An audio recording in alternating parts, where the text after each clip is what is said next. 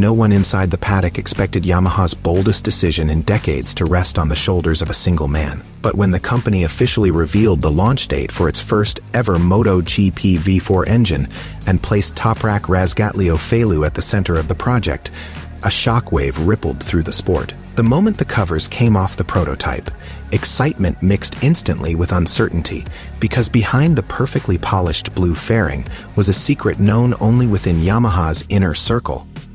This bike wasn't simply a new machine. It was the manufacturer's final attempt to reclaim a fading legacy.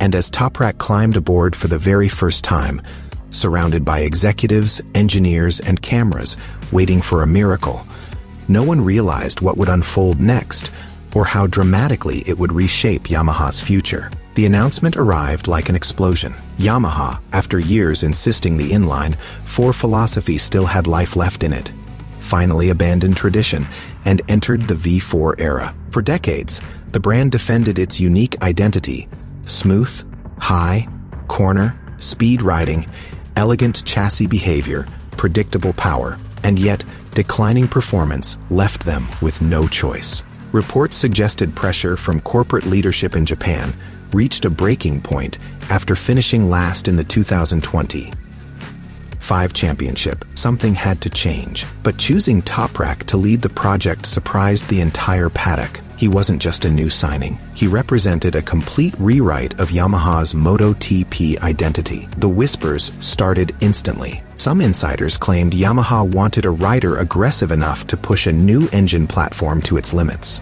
Others believed management wanted a star capable of attracting global attention to a project still surrounded by doubts. The unveiling wasn't merely a presentation. It was a declaration that Yamaha was willing to risk everything. Yet barely a few hours after the celebration ended, murmurs surfaced from deep inside the garage that not everyone agreed with the direction this revolution was taking.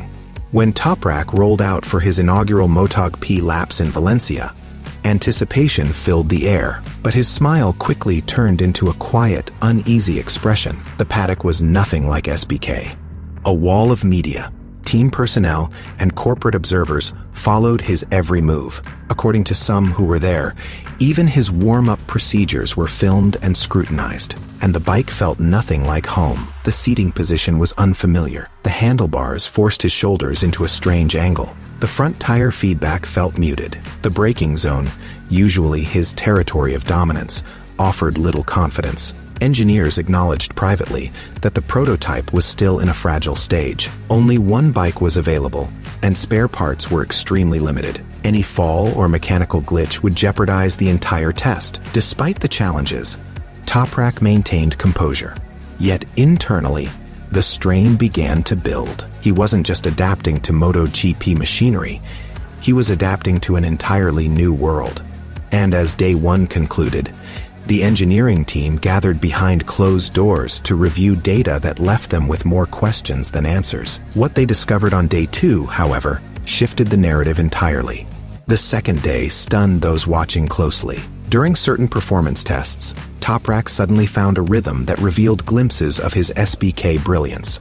His corner, entry aggression, something few riders could replicate, began to expose weaknesses and potential in the V4 engine simultaneously.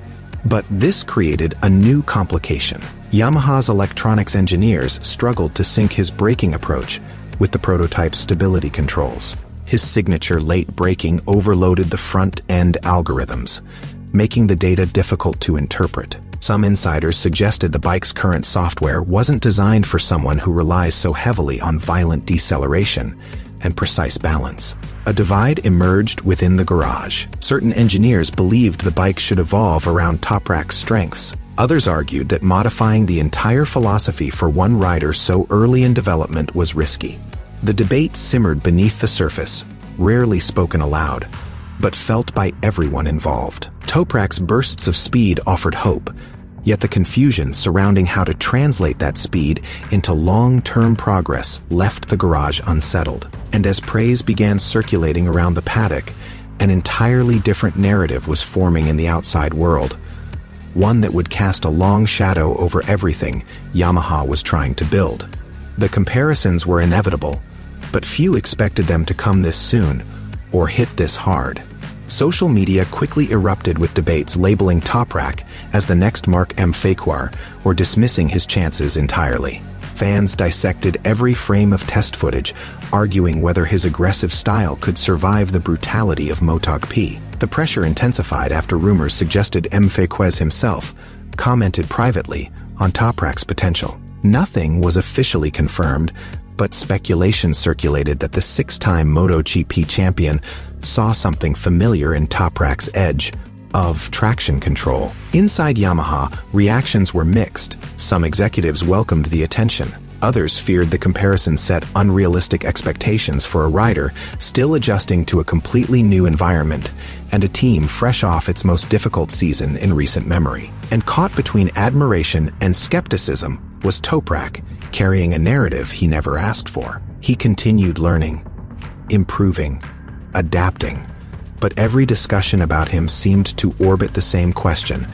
could he ever reach Marquez's level? Yet even that external pressure was nothing compared to the gathering tension within Yamaha's development division. As the V4 project progressed, a philosophical rift began forming inside Yamaha. Some engineers pushed for a design reminiscent of Ducati's success: extreme aerodynamics, aggressive torque mapping, and a chassis meant for explosive acceleration. Others insisted Yamaha must preserve its historical DNA: smooth transitions, predictable handling, and exceptional corner speed. Placed right in the middle of this ideological tug of war was Toprak. His natural style favored sharp braking and confident front-end feel. But the prototype V4, in its early form, didn't offer that sensation consistently. Crew chiefs debated whether the ergonomics should be rebuilt entirely for him. High-ranking technical managers warned that tailoring the platform too early could lock Yamaha into a narrow development path. Reporters later suggested that certain meetings grew heated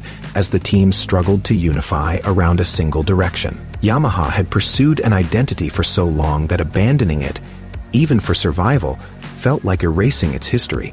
And as the disagreements deepened, a series of unexpected test results forced Yamaha to confront an uncomfortable truth. Behind closed doors, engineers analyzed the long-run simulations and saw numbers that rattled confidence. The V4's initial acceleration lagged behind projections.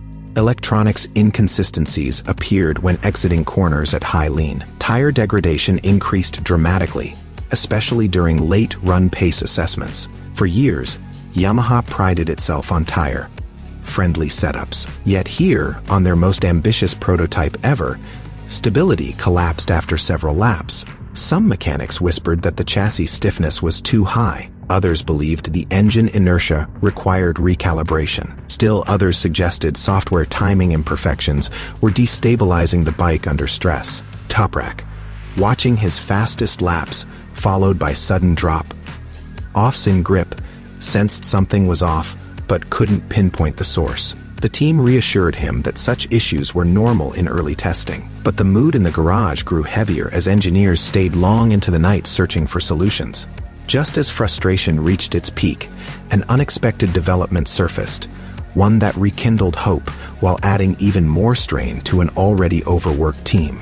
According to paddock rumors, Yamaha wasn't waiting for next year. They were preparing a radical mid-season upgrade kit, one of the largest emergency development pushes in their MotoGP history.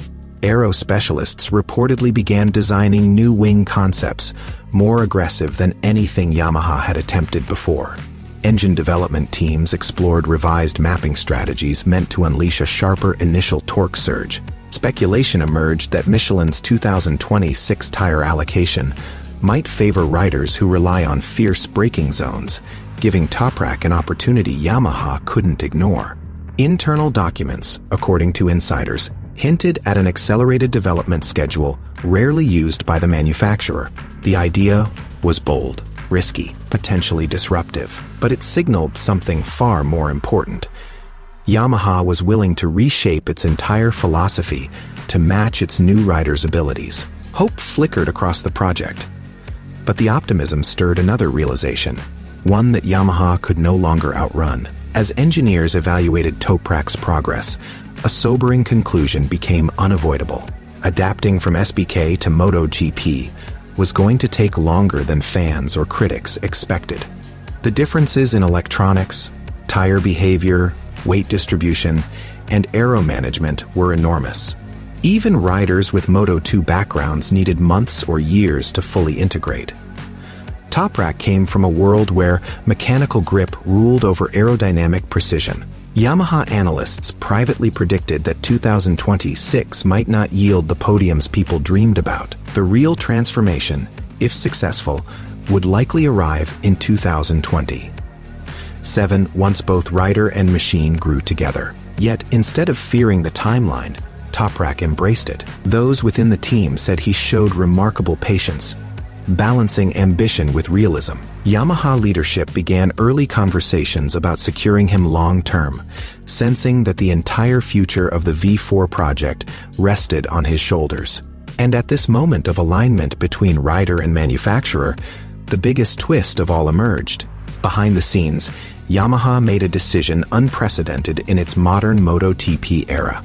The team would no longer aim for a universal motorcycle that suited a wide range of riders. The V4 would now be molded around Toprak's style, his braking force, his balance, his corner, entry aggression. His feedback would guide development direction, not as one voice among many, but as the primary reference. For Yamaha, this was more than a technical choice. It was a cultural shift, a leap of faith, a commitment to a path with no easy retreat. Toprak didn't ask for the role, but he accepted it fully. The responsibility was enormous. Yet so was the opportunity to redefine what Yamaha could become. Whether this gamble delivers a championship contender or leads the project into another collapse remains a mystery the paddock watches with anticipation. But one thing is certain. The journey of Toprak Razgatlioglu and Yamaha's V4 is no longer just about a new motorcycle. It is the story of a manufacturer rebuilding its soul, a rider discovering a new identity, and a sport witnessing the birth of one of its boldest eras. And as January 13 approaches, the official launch of Yamaha's revolution, the world waits, breath held, for what comes next.